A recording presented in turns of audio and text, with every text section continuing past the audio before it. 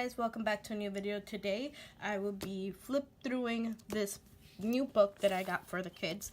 Before I show you guys the inside of this book, I do want to say that the reason why I printed out this workbook is because the kids are actually going to be finishing The Good and the Beautiful a lot earlier than I expected. David is currently in lesson 43, and there is 47 lessons, so he's going to be finishing next week. And I needed a grammar, and I needed a workbook that will not teach them, but it will review things that they learned in The Good and the Beautiful, while also introducing things that they were going to learn. Sorry, my camera's weird. That they are going to learn in The Good and the Beautiful level 1, because this is level K that I have here.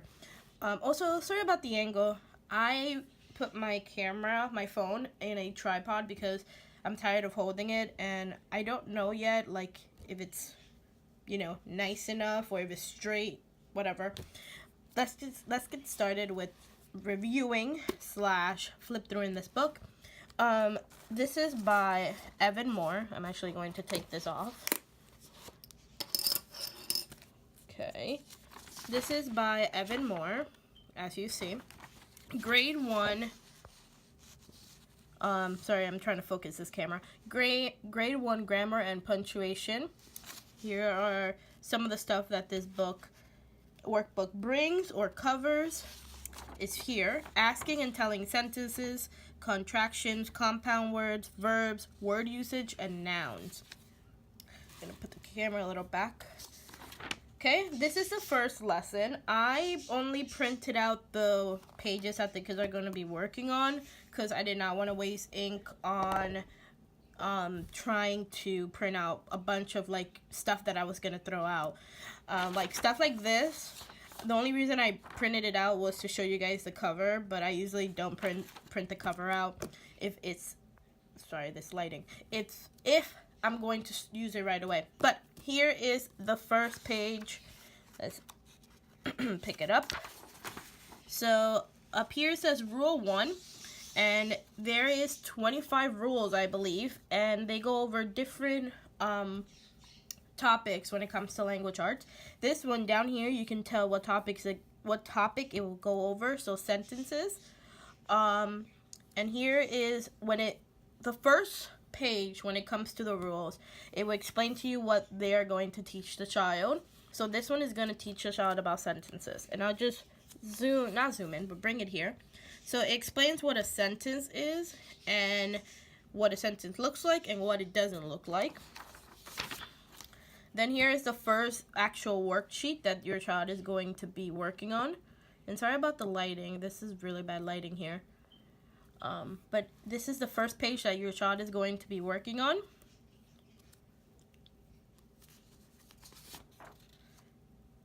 Page 2 of sentences. Page 3. And then that's it. It only has 3 pages when it comes to the child actually working on. So here is the rules. And then it has 1, 2, 3 pages that your child is going to be working on. And that goes with every single rule.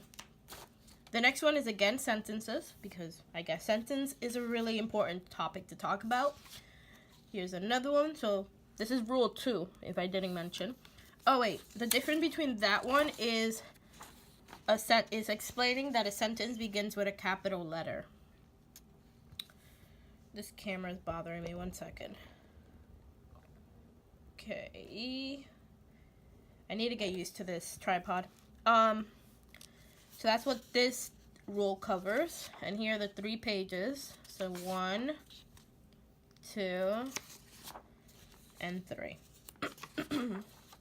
Next rule is telling a sentence.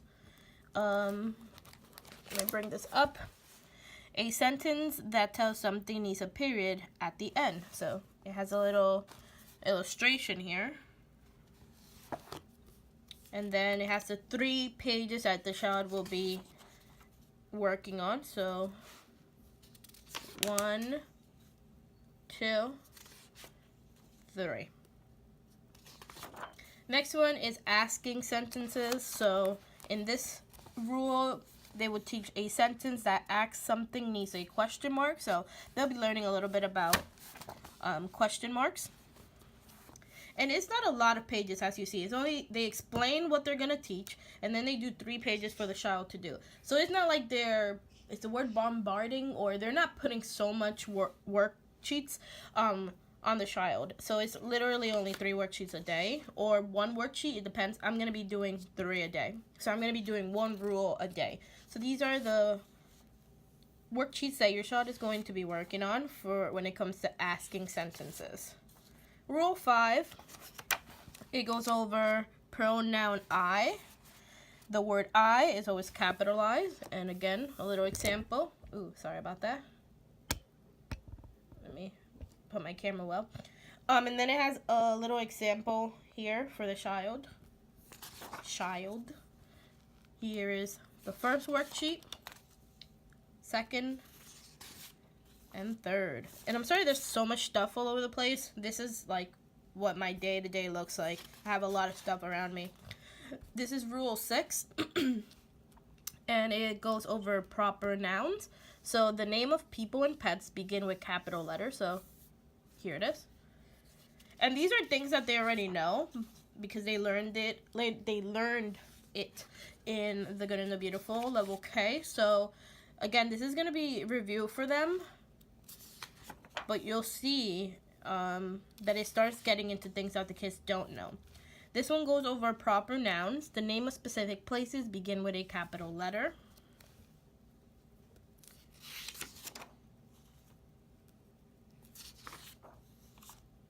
Okay.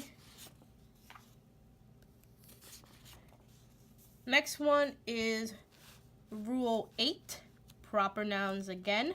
But this one goes over the names of the days of the week begin with a capital letter. So it explains proper nouns and explains it like, you know, the people and pets, locations also have to start with it.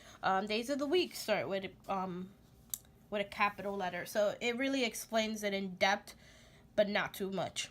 So here are the worksheets again. Really short, not too much stuff, and the kids like coloring these pictures, so I'll allow it. This one also goes over proper nouns, but it focuses on the names of the month begin with a capital letter. So it went over the days of the week. Now we're going over the days of the month. The days of the month of the year, sorry. Really simple.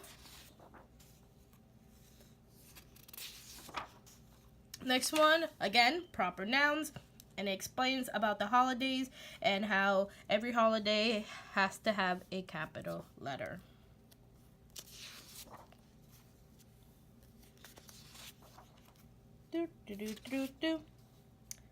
Okay, one more.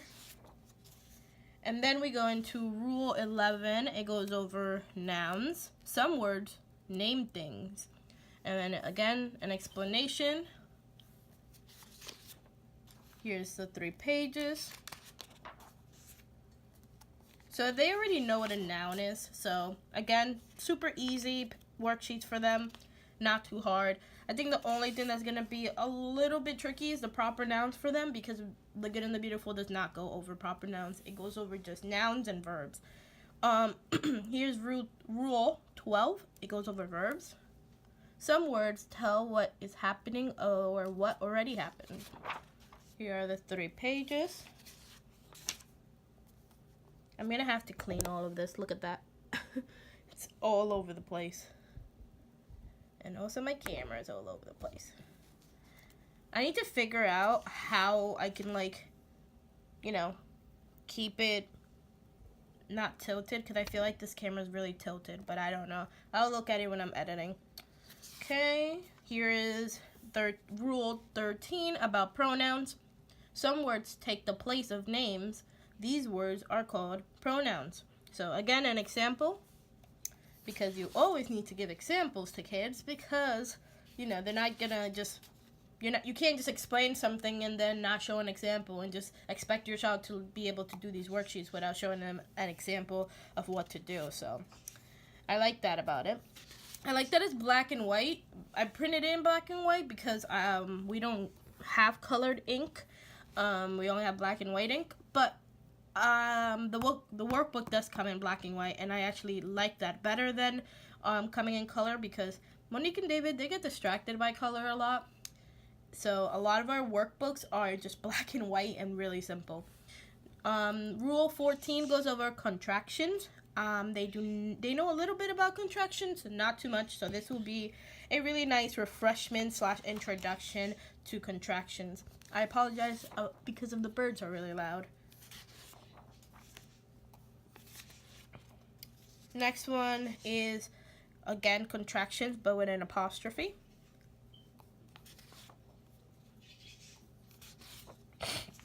Excuse me. Okay. Okay.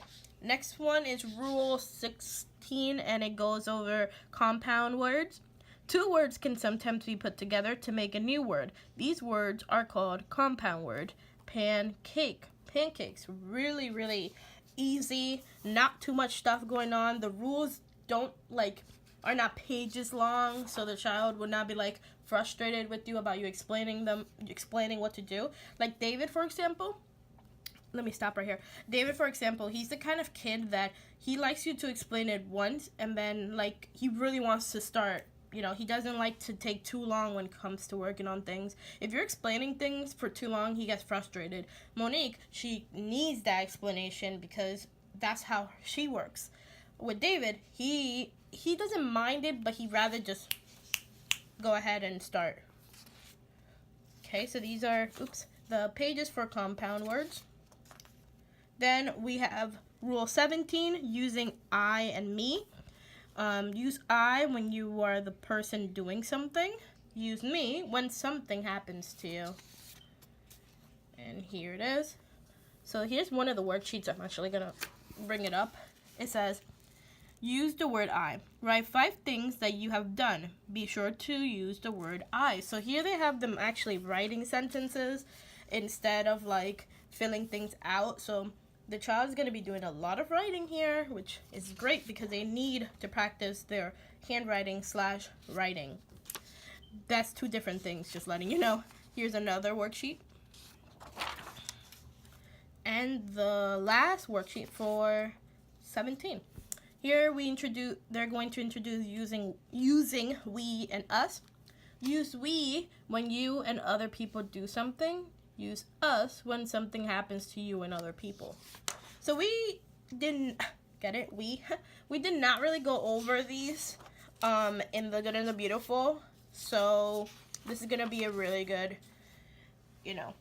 introduction to some of these language arts topics. Here we have Rule 19, using they and them. My phone needs to charge, so I'm actually going to plug it in. Hopefully that doesn't stop the video. 1 second, there's going to be a little bit of... Okay. Using they and them. Here are the 3 worksheets that they're going to be working on. And for any of you guys wondering what I use to film my videos, I use my phone. So I do have a camera, but that camera is meant for vlogging because I used to make travel videos.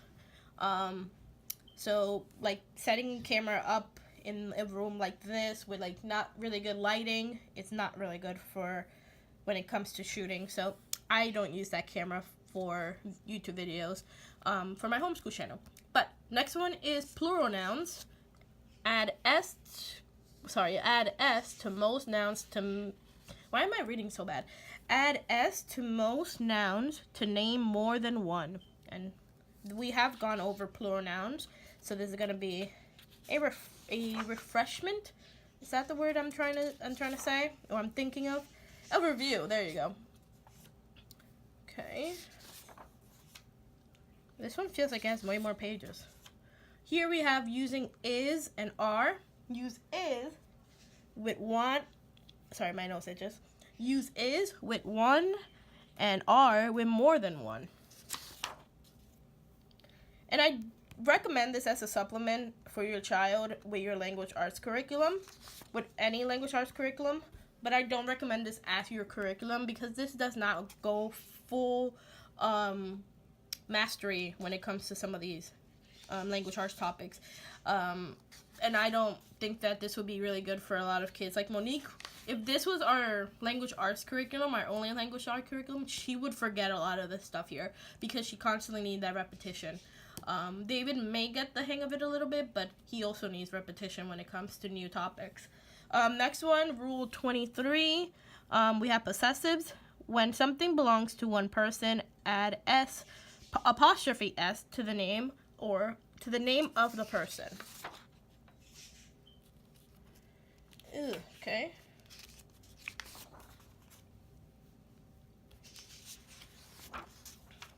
One more.